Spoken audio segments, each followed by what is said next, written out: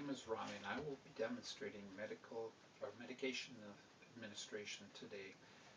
First, I will turn the camera around.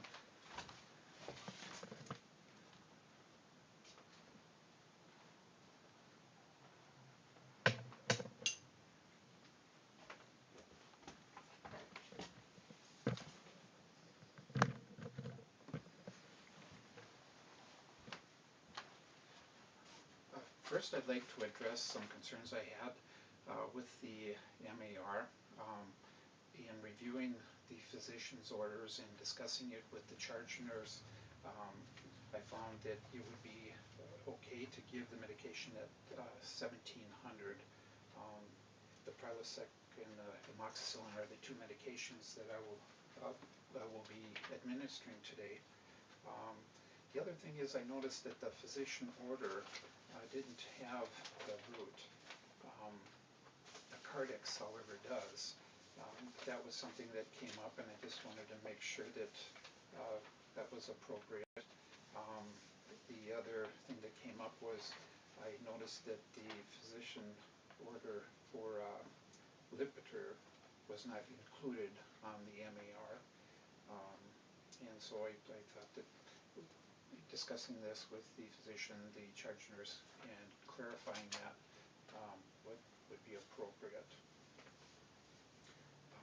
The roots also weren't indicated on the physician order, and I thought that that was important. I know that's one of the things that should be on the physician order, so that was addressed.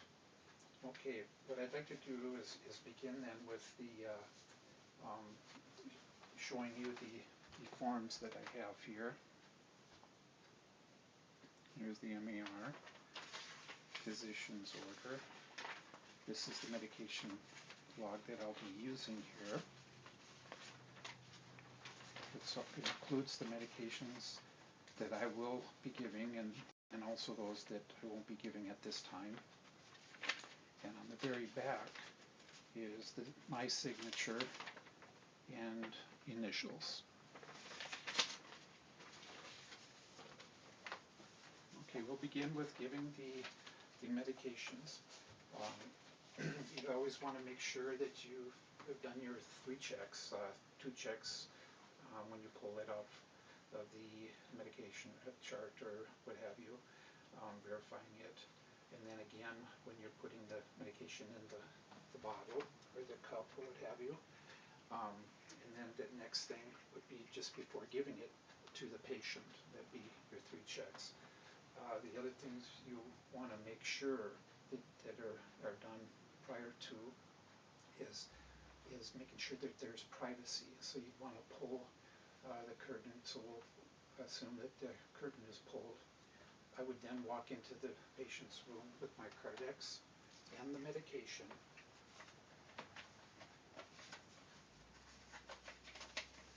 And I'd introduce myself, explain to him what I will be doing. In this case, I'll be giving him Prilosec and amoxicillin. I'd explain to him what these medications are and what they're for, some side effects and so on. The Prilosec, of course, is for I tell him in his terms that this would be for the heartburn. It's for GERD, reflux disease. And also the amoxicillin is to address the H. pylori that may be having some trouble with the duodenum ulcer. So it's addressing the infection.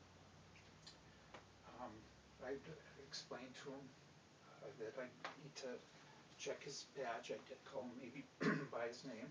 I checked to see his armband, make sure this is the right person. You also want to make sure you get the right drug. You want to make sure you get the right dose. You want to make sure that you have the right route. The time is important. In this case, it's 0700 and not the 0800 because it has to be a half an hour before or after. So I make sure I document this after I've given him the medication. Now, let's say he's an elderly person and he may have trouble swallowing.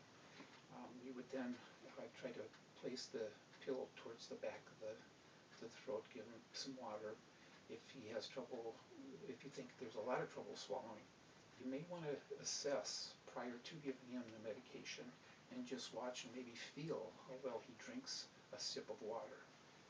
Um, so assuming that we've given him the medication, we've discussed his allergies, if he's had any dizziness, any side effects that may be resulted from prior medication or what have you, um, we would then make sure that he's comfortable, make sure that the bed is down, he's got his call light, and if there's anything else that I could help Luke with.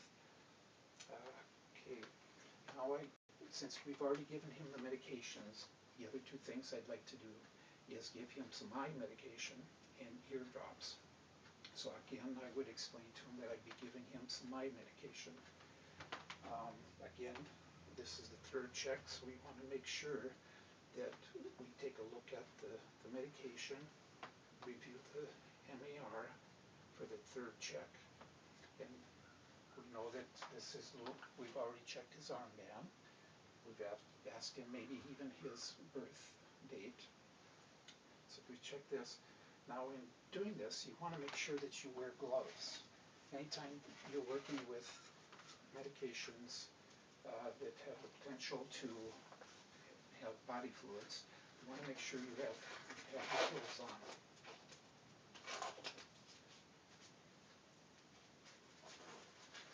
First thing you want to do is make sure his eye is clean, and we'll be putting it into his left eye. I want to make sure it's clean, so you warm soap, or sorry, not soap, but just warm water to make sure it's clean. So we clean that off for him. And then what you want to do is, let's say you have a cover like this, you want to make sure you keep this clean.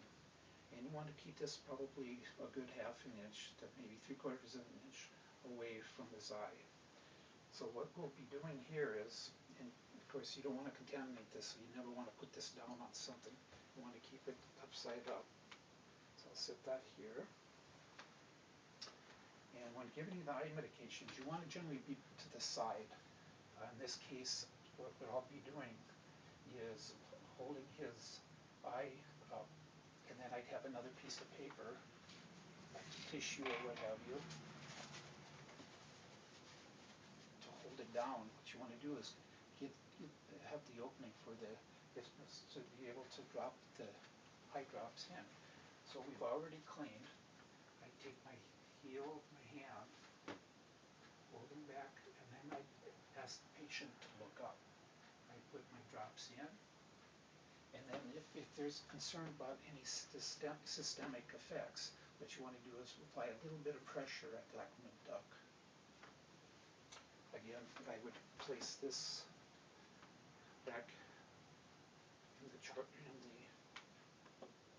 counter for now, and then back into the cart. I'd ask him how he's feeling.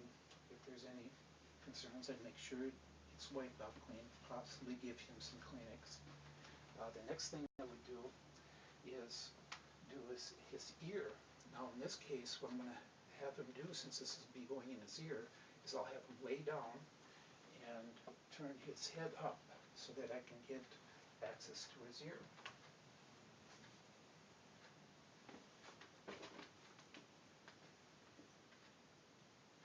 Okay. Okay, Luke, I'm going to be giving you some ear drops today. Could use a cotton ball for the cleansing and so on. Again, I'd be explaining to him along the lines of being able to give him some, maybe he's got an ear infection, you want to give him some ointment. So I would first clean his ear out. I'd throw this away. I would then again, without contaminating the top, open this up.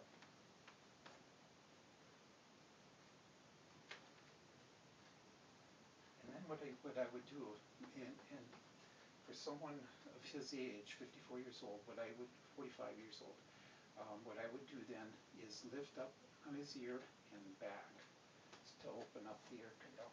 So I lift